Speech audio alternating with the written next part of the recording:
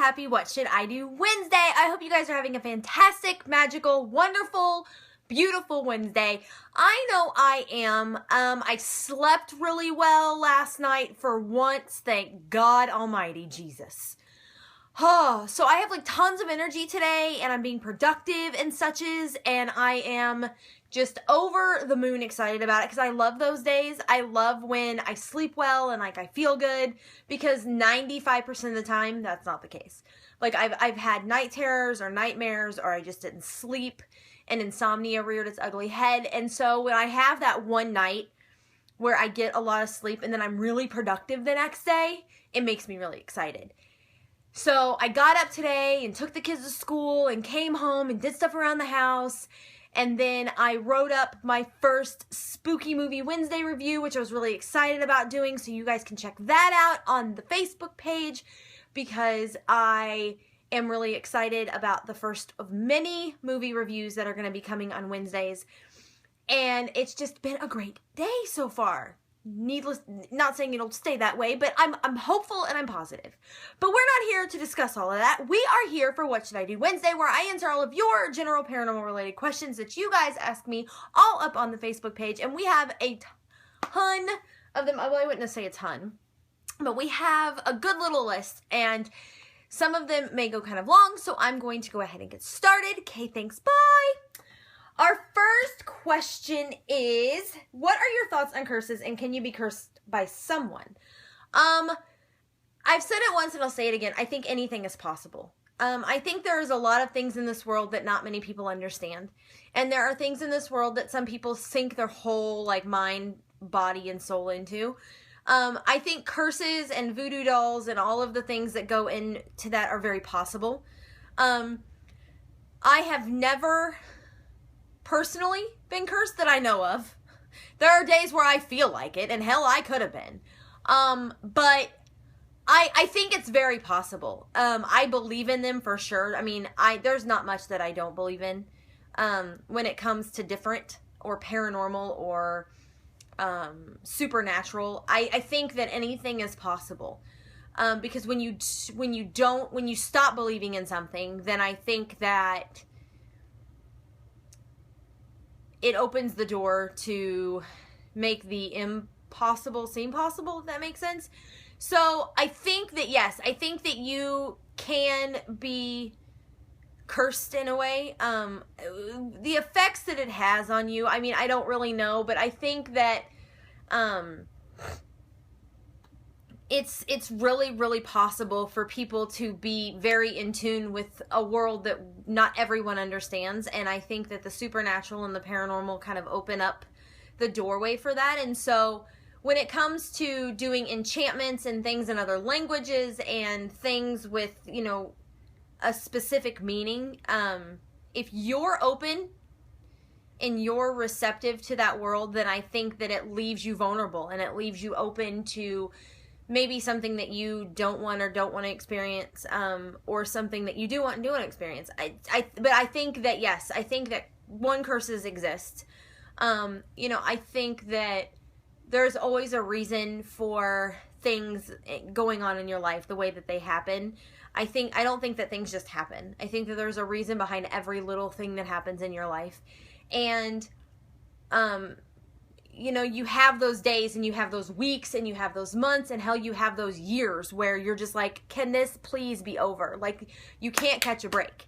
And I've had that happen more in the last few months. Does that mean I'm cursed? Probably not. I mean, I haven't had anybody, you know, come and like, you know, stick their hand on me and yell at me in another language and walk away and then my world falls apart.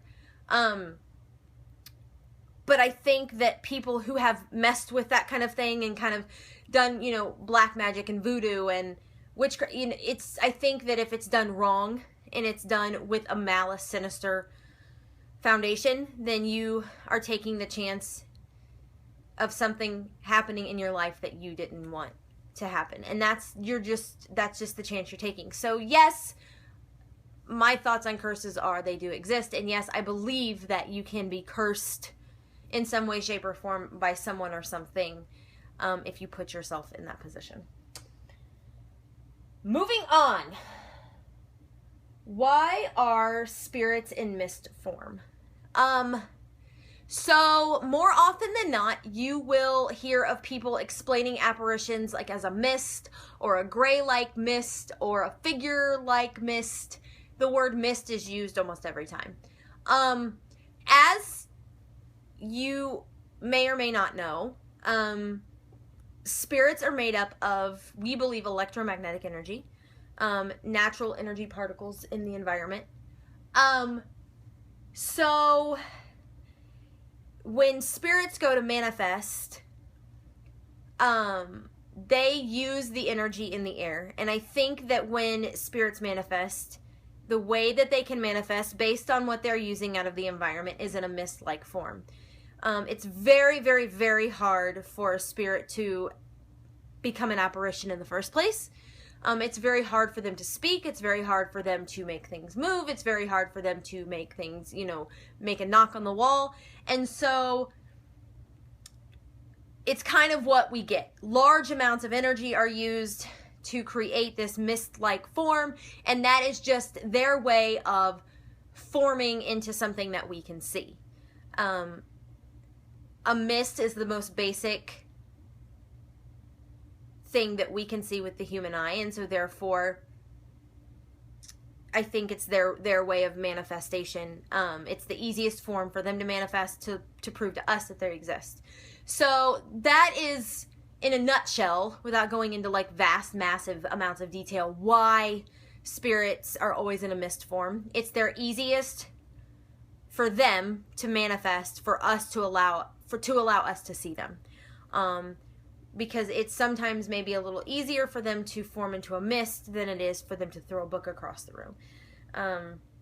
And really, a mist is not as easily debunked as a knock or a book being, falling off a shelf. So that's, like I said, pretty much it in a nutshell. It's their easiest way for a spirit to form so that we can see them and know that they truly exist. Moving on. What is it like to have a spirit go through you? I wouldn't know. Personally, I don't know that. However, I do have friends who have had that experience. One of our admins, Bobby, is a paranormal investigator, and so she has a lot of experience with this. Several of our other admins have had experiences with this. Several of our members have had experiences with this. I personally have not had a spirit go through me. I'm down if it's meant to happen. I'm try anything once, twice if I like it kind of girl. I am open to that. But I've heard that it is like the world's largest electrical current, like being now I have been shocked by, like electricity. So if it's anything like that, oh Lord almighty, I can only imagine. I know it's very cold. I've heard it's a very cold experience. It can be very hot. It can be, depending on what you're dealing with. So I personally can't really say, oh my gosh, I know what this is like, because I've never had an experience. But based on what I've been told, it can be pretty trippy. It can disorient you. It can make you feel a multitude of things. I mean, you're dealing with energy sources here. So you have to think about how it's felt, if you stick when you're a little kid and you stick like a fork in a socket. I mean, come on. Let's face it. The majority of us did not have light switch covers when we were little, or the little plug-in things for the outlets. It probably explains a lot about me. I think my mother was the queen of trying to keep me away from power outlets when I was little, because I would stick things in them and then magically get electrocuted. How I'm alive, I don't know. That explains so much. Anyway, ADD, woo! So if it's anything like that experience, then that's a special kind of feeling. But that's what I've been told it feels like, is a really big electrical current, and it's kind of crazy. And spirits kind of take things from you when they do that. They kind of take a part of you. And you take a part of them. You have made a connection that is pretty powerful. And so you are now open to them, and they know that. And they will take advantage of that if they see fit. So that is what I've been told. It's like the world's largest electrical current. It can be cold, it can be chilling, it can make you kind of feel sick and disoriented. I've never experienced it, but like I said, I'm down. Our final question today is one that is kind of going to make me not go on a rant. I'm not going to rant, but it's going to be kind of a PSA because it's a really important topic.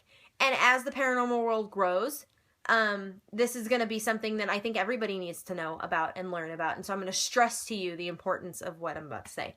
The final question is investigating really as dangerous as people say it is? Yes. It's not always intentionally dangerous, but it is dangerous. You are going into an environment that is not yours. You are a stranger in a potentially active paranormal environment. These people either lived here, have an emotional connection to this place, or are just very protective of it. And you have to think of yourself. You have to stop and go, whoa, and think back of how protective you are of your home now, of your stuff, of your family, of your children, of anything of emotional importance to you. And how you feel and how passionate you get when someone breaks into your home or steals your stuff or hurts your stuff or, damages your car or whatever. You get instantly defensive and angry and emotional about it because it's important to you. It's stuff that's important to you. And so, therefore, you are now trespassing on this person's stuff. And 9 times out of 10, people don't know they're dead. Dead people don't know they're dead. Think back to the movie The Sixth Sense. He didn't know he was dead. To him, he was alive. He couldn't understand why why everybody couldn't hear him. This little boy could. But this little boy could see dead people. And so the guy couldn't figure out why his wife was crying all the time and why he wouldn't, touch her and why she was reacting the way she was when he was in a room. And he just couldn't get it. He didn't understand it. So you have to understand that these people don't always know they're dead. So now you're, to them, trespassing on their property. That puts up walls. That makes people defensive. That makes people act out. Therefore, when they're a spirit, they're going to do the same thing. They're going to act just like they did in life, even though they're dead. So it's very dangerous. You are opening yourself up to the energy that they're going to emit, which is sometimes negative. You can also be in locations that are just naturally negative. You think of places like the Exorcist house, where a very big, well-known, well-documented exorcism took place. Some places are natural portals for evil. This is very well possibly one of them. The demon house that Zach owns and is doing the documentary on. Very well documented, very well written down. This happened to these kids. I seen a little boy walk up a wall. This is evil shit that we're dealing with here. Very dangerous to go into, especially if you're not a professional investigator. There's no such thing as an expert in the paranormal world. However, you can be well-versed. You can be a professional paranormal investigator. You can have the experience under your belt to know how to handle certain situations that the person off the street who happens to live in the next door to the haunted house doesn't know. The paranormal is a big thing right now. It's making headlines. It's becoming more prominent. Horror movies are taking a very big turn. They're not the slasher horror that they used to be. They're not the weird horror that they used to be. It's all paranormal based. Everything is about haunted houses and true stories and possessions and just your run-of-the-mill hauntings. You've got Annabelle, The Conjuring, Insidious. These are all paranormal events. They're all surrounded by paranormal activity. And so because of that, more and more people are wanting to go investigate the old mill down the road, around the corner. And then you're hearing these stories of these people experiencing these evil things or these things that they weren't prepared for. And it's because they weren't well-versed in the world of the paranormal. They weren't seasoned paranormal investigators. They went in thinking they knew everything and knew nothing, and now they're dealing with the after effects of that. Investigating is a very real thing. You are playing with fire every single time you go in there because you don't know, 1, what's going to attach to you, 2, what you're going to discover, and 3, how it's going to affect you, your family, and your friends, and anybody else in your path after you go home. People have died following paranormal investigations because of the things that have happened to them. They've had strokes, they've had heart attacks. These are things that can happen to you tomorrow, regardless of whether you're in the paranormal or not. But when you deal with something very evil and deal with something very sinister and very wrong, and then you are magically sick, the sickest you've ever been, you've never experienced this before in your entire existence, it's hard for you not to put 2 and 2 together and go, was it because I did this and was not prepared? So I can't stress enough. I don't discourage anybody from investigating, but make sure that you are prepared. You are fully aware of what you can do. You are fully aware of what can happen.